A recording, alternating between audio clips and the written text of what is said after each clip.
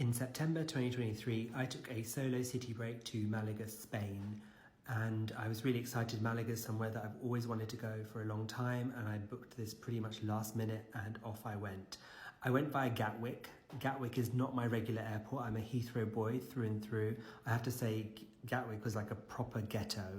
It's not really the airport for me. I'm sorry if this is your regular airport, but I did not have a nice experience there.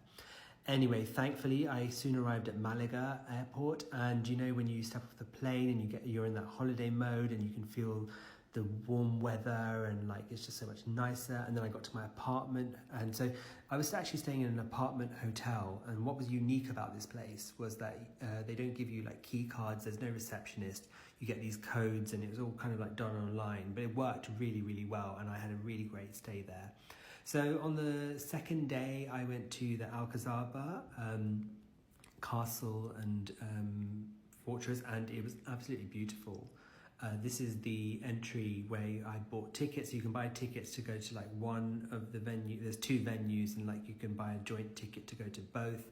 It's very inexpensive as well. It's quite reasonable for what it is. And as you can see, it's absolutely beautiful. The architecture was gorgeous. It was quite crowded for a Monday afternoon. I don't know why I was surprised at that, but then whenever I saw the crowds, I would just like to move away from them so that I would have some, alone space and just be able to admire things close up. And there was a lot to see here, and a lot, you take your time, bring a bottle of water and shade. You can even bring like a sandwich or something and just kind of like sit and chill. It was lovely, and the views were absolutely spectacular. I was trying to stay off my phone because I just saw everybody else was walking around with their phone, but some of these views were just like crying out to be filmed. So I was like, do you know what, I've got to do it. I also went to see some art. So I went to see the Picasso Museum, which I thought was interesting. And I also saw the Carmen Thyssen, which was my favourite. And I had a lovely experience here. Everyone was really friendly and the art was absolutely gorgeous. This is Luciano's, which was one of my favourite ice cream places. I would often stop here for an ice cream in the afternoon or to escape the heat and just kind of read my book and chill out. And yeah, it was lovely here. And the staff were super friendly. It was really nice.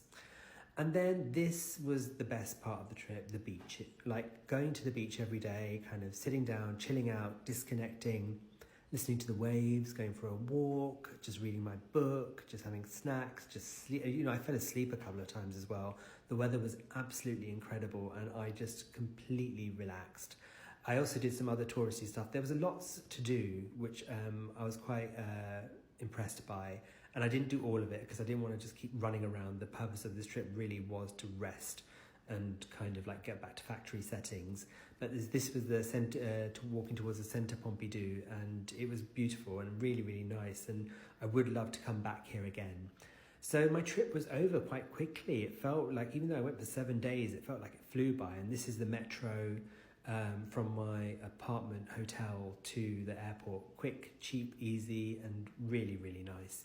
But I think the biggest takeaway for me on this trip will be the beach, and just this memory of just feeling so relaxed and just so calm and at peace, and just feeling wonderful and restored and ready to take on the world once more, which I think is the best part of a city break. Hope you enjoyed.